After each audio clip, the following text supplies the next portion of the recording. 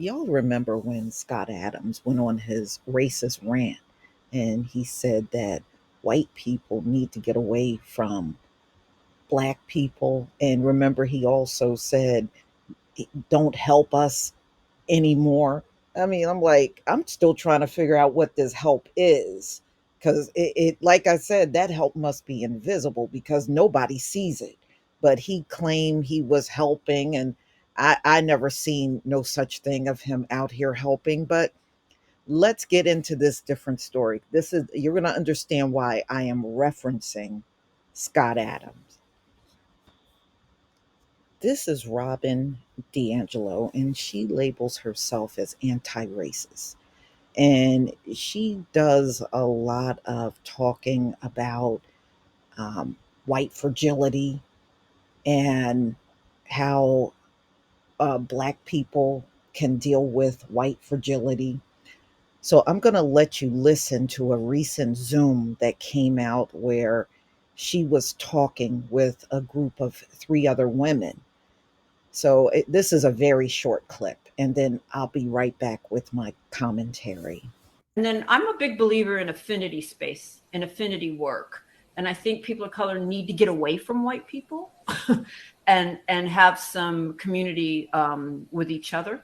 And I'll let that go and maybe see if anyone else wants to pick it up. Okay, so Robin DiAngelo has a book out called White Fragility and Why It's So Hard for White People to Talk About Racism. So, and as you can see, she got Michael Eric Dyson's name even on the front of her book there. I don't particularly care for him, but let's get into the story. So, Robin DiAngelo advises POCs to get away from white people. Well, if she's anti-racist, the first thing she need to do is learn that, um, we don't like being called people of color, and so that's the first thing that she needs to get right. So, Robin DiAngelo, author of the best selling anti racist book, White Fragility, insisted that racial minorities should separate themselves from white Americans. And see, that's what we're talking about. See, you are white Americans. Anybody that's not white American, you become people of color. And they don't realize how insulting that is. It really is very insulting. So let's go on. So she said, you need to get away from white people and have some community with each other. And you heard what she said on the short video clip. So she was recently in, a little meeting on Zoom, and it was called Racial Justice: The Next Frontier. And this video actually came out, I think they had their meeting on March 1st. All right. So later on the panel, D'Angelo went on to suggest that people who do not concede to anti-racist teachings do not belong in modern workforces. In 2023, we have to see the ability to engage in these conversations with some nuance and some skill as basic qualifications. And if you can't do that, you just simply don't qualify in today's workplace, D'Angelo said, as the panel of diverse equity and inclusion consultants nodded in agreement.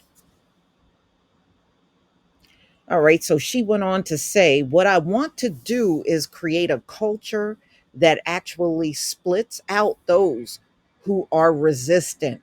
So she's saying those that are resisting, the conversations on racism, those that are resisting being fair to other people.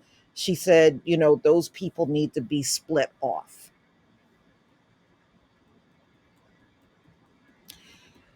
Once the obscure American academic rocketed to fame in recent years after coming to terms with white fragility in 2011 to describe, in DiAngelo's own words, a state in which even a minimum amount of racial stress becomes intolerable, triggering a range of offensive moves.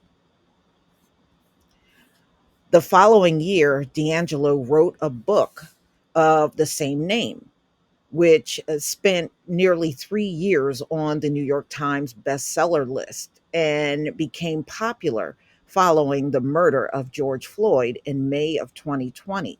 During this time, she began charging as much as $15,000 for speaking engagements.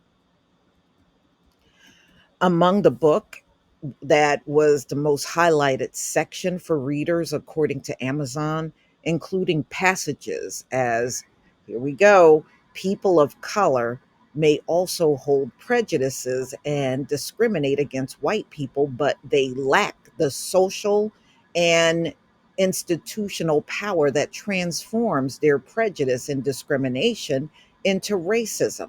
The impact of their prejudice on whites is temporary and contextual. We don't have any discrimination on whites. You know, this society was built to benefit people like her and not us. We know the system is rigged by the actions that we see happening. What's going on in this country is not a natural phenomena. What's going on in this country is forced and rigged. It's very obvious. So since the book, so she does these little gatherings and groups, but you know what she is to me? She's like the white female version of Tim Wise, and I really don't follow him either. A lot of people did. I knew uh, when I first came on YouTube, I saw a lot of our people were really into him. To be honest with you, I never was. To me, folks like D'Angelo and Wise, they do this to me for money. They may have certain views that differ from other people that look like them, but at the end of the day, it's all about money. And that's how I see it. You may see it differently, but the bottom line is society is not built on what she is saying. You got the majority out here that don't want to deal with these issues, which means the majority are that way. And she's coming with a different point of view, and she's coming with white fragility, but at the end of the day, her voice is always going to be small among her own people. There's only so much influencing you can do when it comes down to a mindset that was given to a people from birth. Now, you're not going to change that from publishing books, from talking on panels, and from doing those things. I mean, look, Tim Wise has been out there for probably a few decades now, and nobody is changing because he's on a soapbox talking the way that he is. Nobody's changing. The majority of them are still opposed to somebody like him. It's not making that big of a difference.